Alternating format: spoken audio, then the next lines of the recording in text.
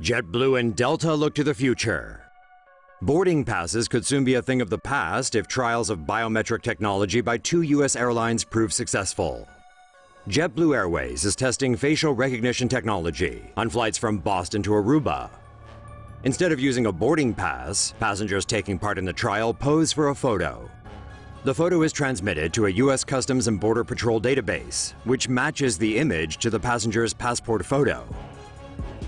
Meanwhile, Delta Airlines is testing fingerprint recognition technology to grant lounge access to customers enrolled in its rewards program. Delta plans to extend the trial to check-in counters and boarding gates. The airlines hope that biometric scanning will speed up boarding times and improve security. Dutch national carrier KLM started using face scanning for boarding at Amsterdam's airport in February. If this technology helps get us to the gate quicker and keeps us safe in the air, then we're all for it. Say no to safe spaces on YouTube. Support TomoNews at patreon.com/TomoNews. Airports can be a drag, so hopefully some of this new technology gets adopted soon. This is what the airport of the future might look like. A UK company has released a concept of what airports will be like by the year 2040, and they look a whole lot more efficient and passenger-friendly than today's airports. In the future, airline passengers will be expected to check in via self-service desks, which include biometric scanners that can scan passengers' facial features, iris patterns, and fingerprints in order to verify their identities. After check-in, a biometric token will be issued and stored in the passenger's smartphone. This serves as a boarding pass and ID. Luggage can be checked in at drop-off points. Laser molecular body scanners can detect even tiny quantities of dangerous materials in the passenger's clothing or their luggage without the need for a body search.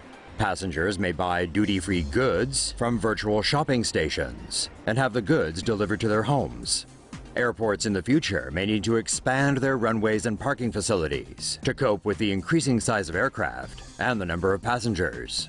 Airport control is likely to be operated remotely from outside the airport, with staff monitoring live video footage of the facility.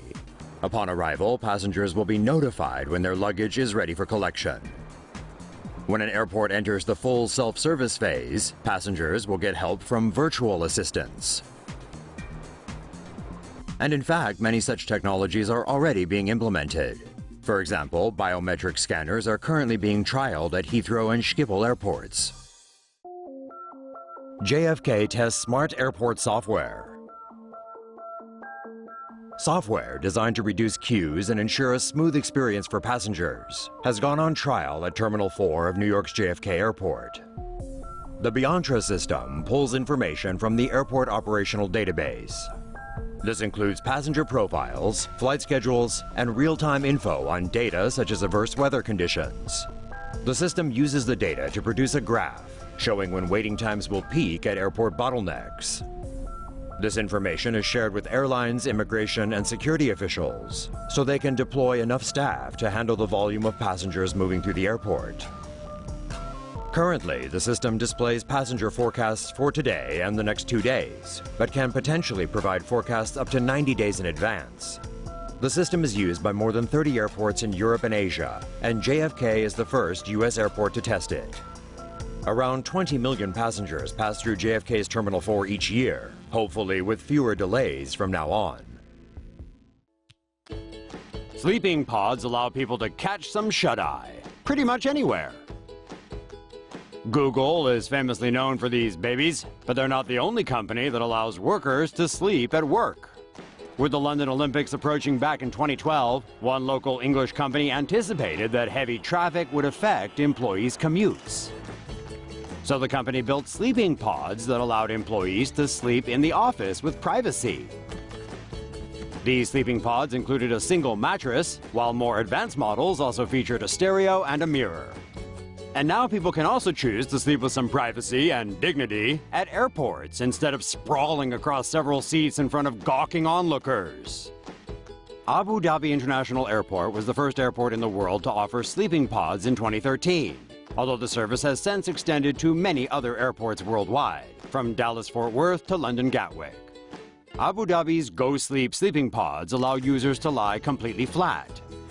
Each pod is able to partly or fully block out sounds in the busy airport, depending on the user's preference.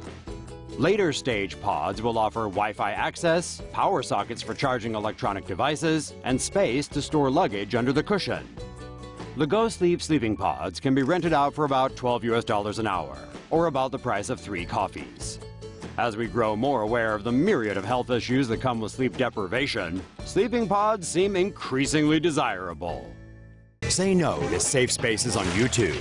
Support TomoNews at patreon.com/TomoNews. Sonic nets could prevent bird strikes at airports. Researchers have found a new way to prevent bird strikes at airports, a problem that has cost the aviation industry billions of dollars worldwide. Bird strikes are a serious problem for the global aviation industry and are blamed for 255 human deaths between 1988 and 2013. Traditional methods used to reduce bird strikes include shooting, poisoning, scaring them with dogs, and capturing the birds. However, none of these methods are highly effective. Looking for a high-tech method to scare birds away from airports, researchers in Virginia set up a sonic net zone near an airstrip.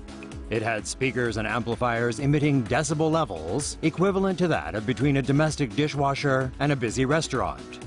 The noise disrupted bird communication and forced them to go elsewhere.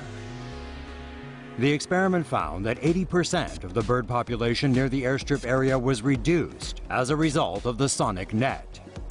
Researchers said there was no sign of the birds becoming habituated to the noise generated by the sonic net, meaning the method could remain effective for a long period of time. Dutch researchers propose circular airport runways. Scientists in the Netherlands are working at the country's aerospace center to develop circular airport runways. Researchers at the Endless Runway, a project funded by the European Commission, believe circular runways could have several benefits, including being more environmentally friendly and less noisy.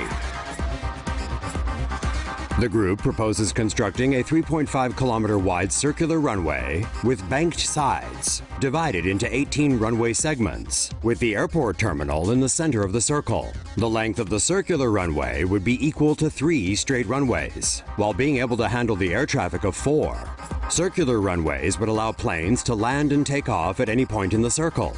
Pilots would be able to land in directions with the most favorable weather conditions, while avoiding difficult maneuvers in situations such as strong crosswinds.